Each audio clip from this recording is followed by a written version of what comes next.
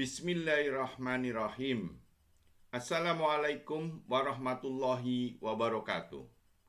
Pemberitaan pemilu tahun 2024 dapat dikatakan di luar nalar. Karena semua sudah di luar kendali kewajaran, dunia maya lebih mendominasi pemberitaan dan semua orang bisa mengupload sesuai dengan persepsinya melalui berbagai media massa yang tersedia. Hal ini wajar terjadi jika kita menilik data pemilih tetap pemilu tahun 2024 berdasarkan usia pemilih sesuai dengan data KPU adalah pre-bomber lahir sebelum 1945 berjumlah 3.570.850 orang. Baby boomer lahir tahun 1946 sampai 1964 berjumlah 28.127.340 orang. Generasi X lahir tahun 1965 sampai dengan 1980 berjumlah 57 juta orang 482 orang. Generasi Y atau milenial lahir tahun 1981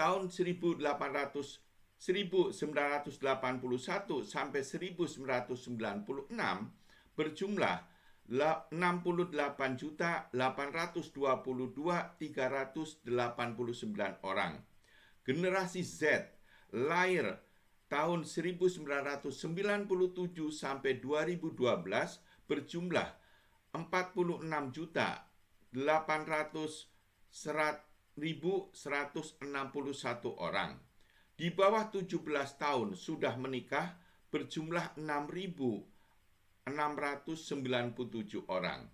Total pemilih pada pemilu 2024 adalah 204.813.919 orang. Apa artinya?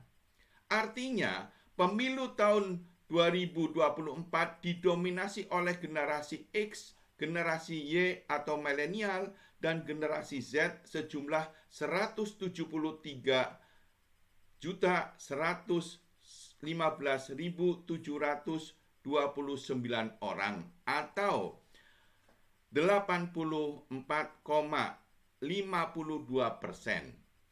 Dari 84,52%, ini 66,79% atau 115.629.247 orang itu adalah generasi Y atau milenial dan generasi Z. Dari data di atas, apabila generasi ini dikaitkan dengan interaksi teknologi, maka dapat dimengerti jika generasi X, generasi ini mulai berkenalan dengan internet dan komputer pribadi. Generasi Y atau milenial adalah generasi yang memiliki keakraban tersendiri dengan internet. Mereka tumbuh dengan teknologi dan internet. Generasi Z itu adalah generasi yang sudah hidup dengan teknologi dan internet sejak dalam kandungan. Apa artinya? Perlu disadari bahwa semakin muda generasi, maka pengetahuan, keterampilan, dan sikap akan lebih dipengaruhi teknologi dan internet. Kewajiban kita sebagai orang tua harus dapat menanamkan sedini mungkin kehidupan beragama dan sosial agar mereka dapat mempunyai filter etika dan kepribadian dalam menjalani kehidupan. Terkait dengan pemilu 2024, orang tua harus dapat menjelaskan, utamanya kepada generasi Z, bahwa suara yang diberikan oleh masing-masing pemilih akan mempunyai dampak kehidupan bernegara selama 5 tahun ke depan dengan memberi pandangan dan pemikiran yang dapat menambah wawasan mereka. Namun juga harus digarisbawahi bahwa semua harus realistis dan sesuai dengan pemikirannya. Ingat, mereka lebih tergantung dengan teknologi dan internet. Bahkan perlu saya sampaikan, dalam pemilu 2024 ini, dalam merekap data, KPU sudah menggunakan teknologi aplikasi Sirekap. Sehingga data dari masing-masing TPS langsung dikirim ke KPU pusat. Di sini, apabila ada kecurangan, hanya bisa disanggah dengan data primer. Seperti dalam video saya yang berjudul Pesan untuk Tim Pemenangan Paslon Pemilu 2024. Oleh karena itu, sebelum menentukan pilihan capres dan cawapres, generasi Z ini harus sudah dapat memilih dan memilah sesuai dengan norma agama, norma sosial pada ketiga capres dan cawapres tersebut. Bagaimana caranya kita memberikan pencerahan kepada generasi Z agar dapat menentukan dan memilih capres dan cawapres yang sekaligus tidak menyalahi aturan, norma agama, dan sosial. Hal inilah yang akan dibahas pada video ini. Simak sampai akhir agar dapat memperoleh pengertian dan memahami isinya. Namun sebelum dimulai, saya mengharapkan dukungan pada channel ini dengan cara subscribe, like, komen, dan share kepada teman-teman agar video ini dapat ditonton oleh semua orang. Sukseskan pemilu. Suara Anda betul-betul diharapkan. Kita mulai. Tidak bisa kita pungkiri bahwa adanya teknologi dan internet menyebabkan berubahnya pola kehidupan karena semakin muda seseorang, maka pengetahuan, keterampilan, dan sikap lebih banyak diperoleh dan dipengaruhi oleh sarana teknologi dan internet.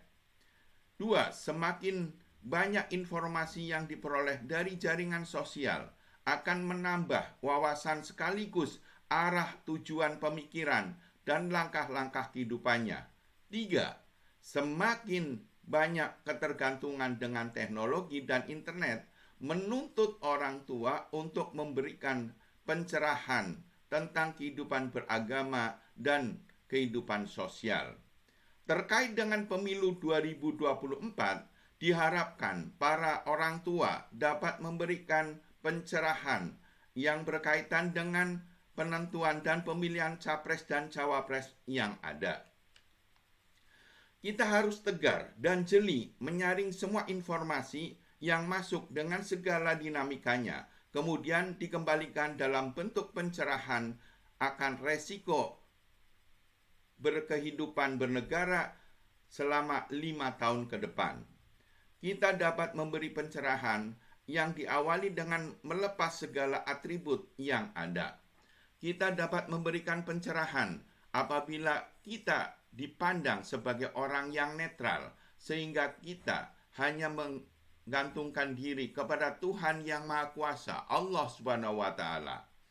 Kita bisa menelaah dan mendiskusikan tanpa memaksakan kehendak kita sendiri. Pertama, cobalah kita hayati dan diskusikan siapa pasangan calon yang lebih bertakwa kepada Tuhan Yang Maha Esa atau Allah Subhanahu wa Ta'ala.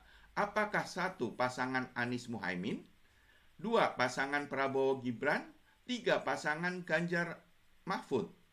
Kedua, mari kita perkirakan dan diskusikan kemungkinan yang lebih amanah atau lebih memihak atau membela rakyat kecil. Apakah 1. pasangan Anies Muhaimin, 2. pasangan Prabowo Gibran, 3. pasangan Ganjar Mahfud. Ketiga, mari kita renungkan dan diskusikan manakah yang lebih cerdas, jujur, dan adil. Apakah 1. pasangan Anies Muhaimin, pasangan Prabowo Gibran, pasangan Ganjar Mahfud. Keempat, mari kita flashback ke belakang selama kampanye dan diskusikan siapa yang suka mengobral janji-janji tanpa mempertimbangkan sumber daya yang ada. Apakah 1. pasangan Anies Muhaimin, 2. pasangan Prabowo Gibran, 3. Pasangan Ganjar Mahfud. Kelima, mari kita telaah dan diskusikan siapa yang paling memberikan lowongan pekerjaan kepada anak-anak muda. Muda yang ada dalam negeri sendiri. Apakah pasangan Anies Muhaimin, 2 pasangan Prabowo Gibran, 3 pasangan Ganjar Mahfud. Tidak menutup kemungkinan generasi Y milenial atau generasi Z menanyakan salah satu saja dari 5 materi diskusi di atas sambil lalu atau sepintas saja. Namun jawaban kita apabila sudah kita persiapkan dengan baik, bisa saja menjadi masukan yang dapat mempengaruhi penentuan dan pemilihan capres dan cawapres. Jangan lupa, kita sering mengingatkan untuk mengajak sholat istikharah dan berdoa memohon petunjuk kepada Tuhan Yang Maha Esa, Allah Subhanahu wa Ta'ala. Jangan kita membiarkan atau menjauhi generasi Y milenial dan generasi Z. Jangan mengekang pendapat dan memaksakan kehendak kepada generasi Y milenial dan generasi Z. Sebagai penutup, saya berharap video ini dapat memberikan pencerahan kepada semua pihak tentang pentingnya memberikan pencerahan kepada generasi Y milenial dan generasi Z dalam menentukan dan memilih capres dan cawapres agar bangsa dan negara Indonesia dapat menjadi negara yang adil makmur sesuai cita-cita dalam Pancasila dan Undang-Undang Dasar 1945. Dan kita sendiri yang memilih mendapatkan rahmat dan lindungan dari Allah Subhanahu wa Ta'ala. Amin. Terima kasih telah mendukung channel ini dengan cara subscribe, like, comment, and share kepada teman-teman. Wabillahi taufiq wal hidayah. Wassalamualaikum warahmatullahi wabarakatuh.